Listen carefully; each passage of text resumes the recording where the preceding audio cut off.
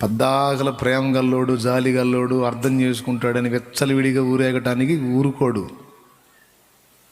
పద్దాకలు ఊరుకుంటారేంది? దీర్ఘశాంతం అంటే అసలు కోపడ్డని కాదు, ఎక్కువసేపు ఓర్చుకుంటాడు. మారు మనసు పొందు, దిద్దుకో, సరి చేసుకో, పద్ధతి కాదు, కరెక్ట్ చేసుకో అని ప్రేమతో చెప్తాడు. నువ్వు చిన్నోడివి, చిన్నదానివి, నువ్వు నా బిడ్డవి, నువ్వు నా కోపం వస్తుంది కానీ నేను తాళుకుంటున్నాను, నువ్వు సరి చేసుకో అని చెబుతాడు. పద్దాకలు నకరాలు చేసావు ఆయన ముందు, కొడితే మళ్ళీ తిరిగి చూసుకోవడానికి కూడా దిక్కుండదు అన్నమాట. ఎందుకంటే ఎవడన్నా కొడితే ఆయనకి వెళ్ళి చూస్తాం, ఆయనే దానికి ఇంకెడు చూస్తాం. స్తోత్రం. నేను బెదిరింపు కోసం చెప్పట్లా, ఆల్రెడీ కొంతమందికి ఇప్పటికే తన్నుబడి గిలగల్లాడుతున్నారు. మిగిలిన వాళ్ళ మీద పడకుండా చూసుకోండి అని చెబుతున్నాను. ఇక్కడ తన్నుబడుద్ది, రేపు పొయ్యాక కూడా పర్మనెంట్ తన్నుబడుద్ది. ఏం ఫీల్ అవ్వడు, ఏమి ఆడవడు, ఆయన కళ్ళకేం రక్త కన్నీళ్ళు ఏమి రావు.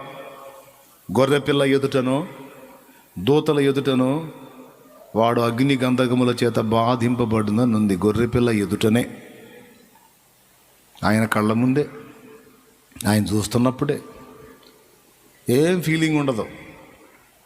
కాబట్టి మనం నాటకాల సెక్షన్ని మానుకోవాలి. ఏం సెక్షన్ని మానుకోవాలి? నాటకాల సెక్షన్ని మానుకోవాలి.